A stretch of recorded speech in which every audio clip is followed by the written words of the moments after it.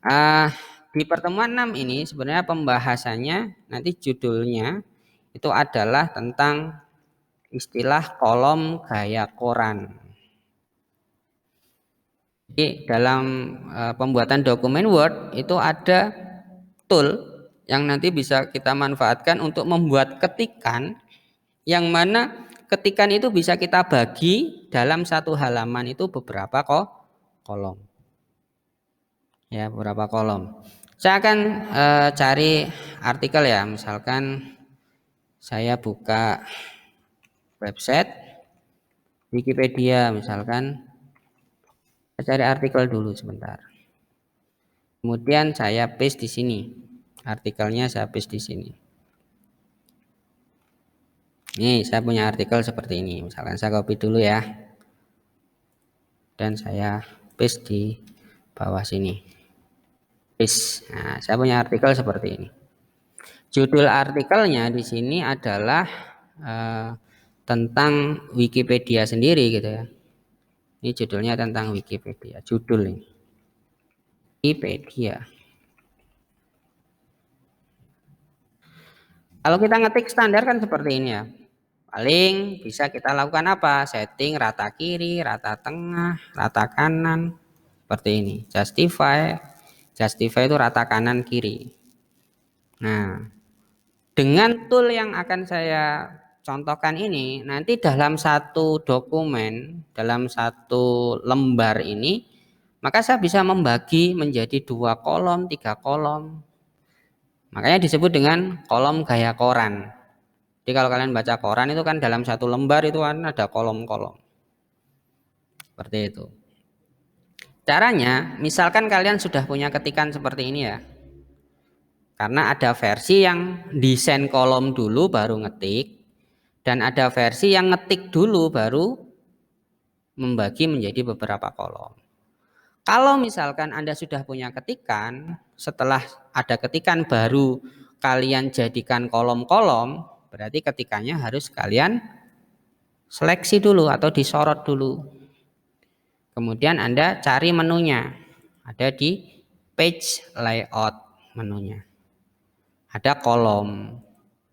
Dan kalian tinggal pilih di sini. Mau jadikan berapa kolom? 2 kolom. Mau jadikan 3 kolom. Mau jadikan berapa kolom? Ya, kalau yang ini ya 2 kolom lebih lebar sebelah kanan. Yang ini 2 kolom lebih lebar sebelah kiri. Ya. Pak, kalau maksimal 3 kolom. Di sini kan toolnya terpilihnya maksimal 3 kolom. Kalau pengen 4 kolom bagaimana? Anda gunakan more kolom. Anda bisa tambahi di sini. Jadi 4 kolom seperti ini. Maka kalau kalian print preview, ketikan kalian akan seperti ini nanti. Ya. Nih, disebut dengan kolom gaya koran. Nanti untuk mengerjakan latihan yang berikutnya ya, latihan 6, soal latihan 6 ini kalian diminta untuk membuat model kolom gaya koran, ketikan seperti ini. Nah, Anda lihat judulnya ya. Judulnya ini bisa nembus kolom. Pungutan ekspor impor ditunda Maret. Nah, kemudian bawahnya ini kolom. Berarti kan judulnya itu seperti nembus kolom. Nah ini Pak, judulnya kok ada di kolom 1. Misalkan ini saya besarkan ya, judulnya ini kan Wikipedia besar.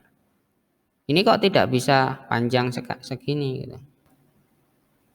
Nah, ingat tadi saya menggunakan konsep apa? Ngetik dulu baru membuat kolom, ya kan? Kalau ngetik dulu baru membuat kolom, ya jadinya seperti ini. Terus kalau mau menjadikan judulnya itu nembus kolom bagaimana? Ya judulnya disorot sendiri. Judulnya Anda sorot sendiri. Sendiri ya, disorot. Kemudian Anda masuk ke page layout lagi, jadikan satu kolom. Berarti kan ini sekarang dia nembus kolom.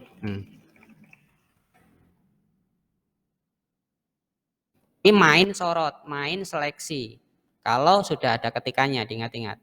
Kalau sudah ada ketikannya, Anda bisa main seleksi.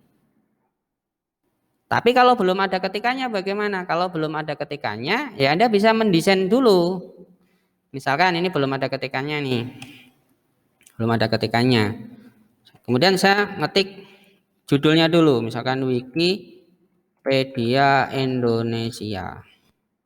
Ya, atau awalannya sejarah Wikipedia Indonesia. Kemudian ini mau diratakan apa? Oh, ini rata tengah, Pak. Rata tengah. Ini kan masih satu kolom ya. Satu kolom itu berarti dari kiri ke kanan dia bisa full. Kan satu kolom dari kiri ke kanan bisa full. Kemudian di bawahnya ini, di bawahnya ketikan ini mau saya pecah-pecah menjadi beberapa kolom. Bagaimana? Ya, ini harus di break. Wah, break lagi, Pak. Iya. Tapi bukan break yang kemarin, ini break lanjutan ya. Break versi namanya versi kolom. Ya, versi kolom dan versi continuous. Nah, untuk memisahkan dulu, kita buat pemisah dulu. Ini satu baris, maaf, ini satu kolom menjadi 3 kolom misalkan. Maka dari posisi ini, ya, dari posisi ini Anda enter, kemudian atau dari posisi ini Anda langsung breaks continuous namanya. Ya, jadi otomatis dia turun kan ya. Perhatikan kursornya ada di belakang ketikan ini judul, kemudian Anda break, pilih continuous. Ini membuat pemisah dulu. Pemisahnya. Jadi antara yang ini dengan bawahnya nanti beda. Baru yang bawah ini Anda jadikan kolom sesuai kebutuhan. Jadi berapa? Jadi 3, jadi 4, dan seterusnya. Perhatikan ini sudah jadi kolom-kolom, atasnya kan kolom-kolom. Ya, kemudian Anda atur ini rata apa? Rata kanan kiri misalkan. Baru si artikelnya itu diambil atau Anda ketik. Artikelnya yang tadi kalian punya ini diketik. Oke, kan ketik kanan munculan dia tidak bisa full ke sana karena ada di kolom 1. Biar bisa mengisi kolom 2 bagaimana? Standarnya Anda harus memenuhi sampai bawah dulu baru bisa pindah kolom. Contoh ya, ini saya copy lagi segini. Copy. Nah, lihat kalau ini sudah full maka dia naik otomatis. Bawah, bawah, bawah, bawah, bawah, otomatis naik misah sendiri. Nah, ini kan ribet ya. Maksud saya harus memenuhi dulu baru bisa pindah. Ternyata ada cara untuk memaksa pindah. Misalkan ketikan saya segini, atau segini. Terus baru segini pindah ke sana. Tidak harus ke bawah dulu ya. Sudah segini pindah ke sana. Bagaimana? Sekali lagi harus di break. Anda masuk ke page layout, break, tapi pilihnya kolom. Jadi fungsi dari break continuous untuk memisahkan aturan, fungsi break kolom adalah untuk melompat ke kolom berikutnya tanpa harus memenuhi isinya di kolom pertama. Boleh kursornya di belakang sini, boleh kursornya di bawah. Misalkan kursornya saya taruh di sini, ya. Posisi pas di sini Anda break kolom, maka langsung melompat ke sini. Ya. Ini tidak bisa ke sana karena ini harus full dulu. Biar bisa melompat bagaimana? Ya break kolom lagi, break kolom. Nah, seperti ini. Ini disebut dengan break kolom. Jadi ada 2 break di sini. Kalau bermain dengan versi seperti ini, ada namanya break continuous dan ada namanya break kolom. Break continuous untuk memisahkan aturan dari satu kolom menjadi beberapa kolom. Ya, dari beberapa kolom menjadi satu kolom itu namanya break continuous. Ya, seperti itu. Lah, ini contoh lagi. Dari posisi ini kemudian saya pengen ngetiknya di bawah sini full kolom lagi bagaimana? Ya. Dari posisi 3 kolom jadi 1 kolom lagi. Ya, continuous dulu, break continuous dulu. Ya, ini saya standarkan dulu. Posisinya tidak naik ke atas, ini matikan dulu. Nah, kemudian Anda pilih break continuous. Nah, lihat ya, break continuous otomatis dia langsung ke sini.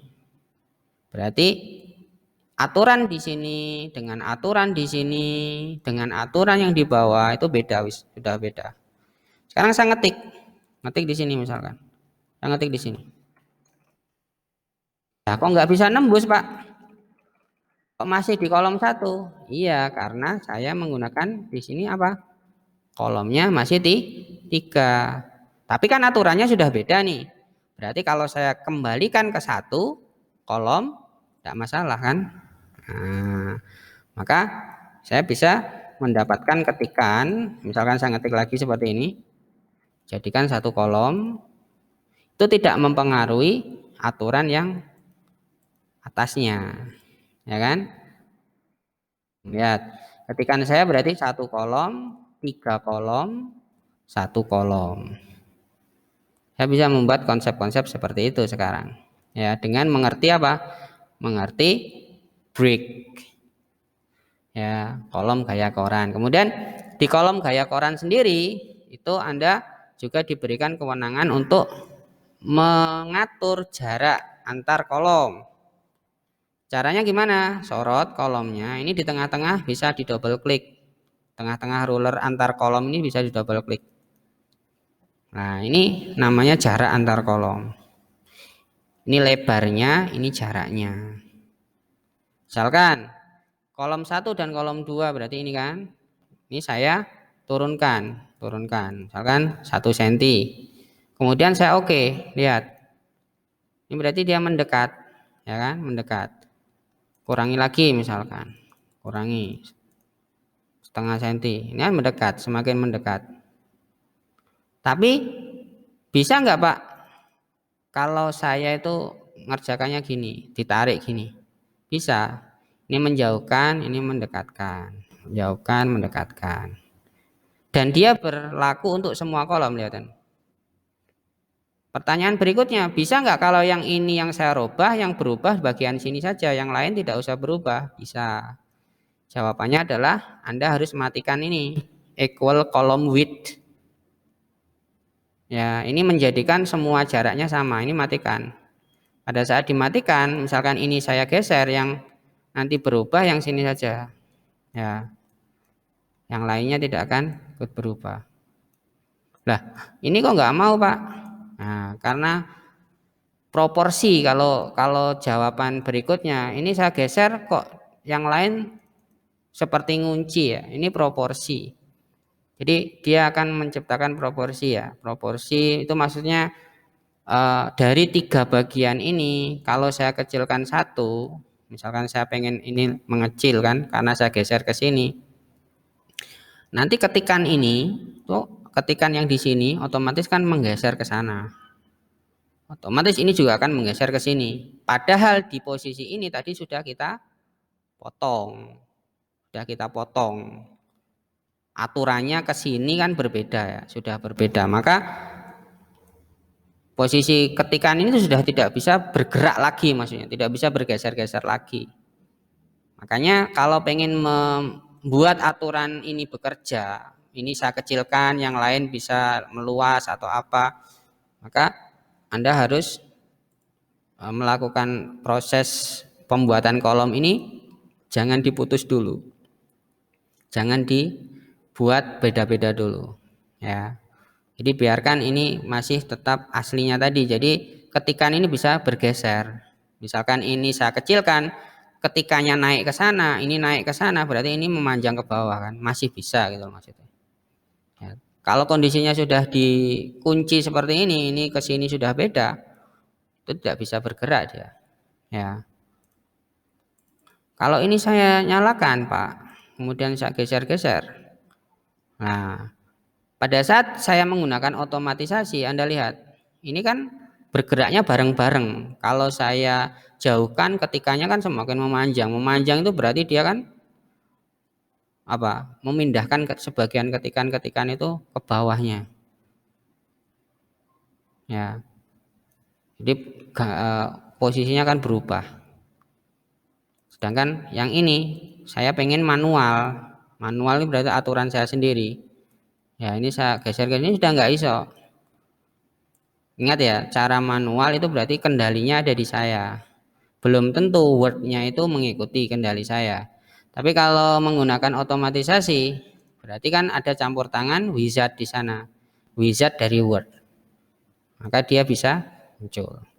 Percobaannya nanti kalau pengen menggerakkan ini beda-beda, yang bawah ini jangan di setting dulu. Dan satu lagi itu pembuatan garis, garis antara. Garis antara itu disebut dengan line between. Nah, ini akan memunculkan garis. Jadi garis antar kolom itu bisa Anda ciptakan tanpa membuat manual gitu loh maksudnya. Jadi bisa tercipta garis seperti ini. Nah, itu disebut dengan kolom gaya koran. Oke, sampai titik itu dulu ya materi kita hari ini. Sebelum saya akhiri, ada yang mau bertanya? Silakan. Nanti Anda pakai untuk mengerjakan latihan 6. Ya, yang seperti ini.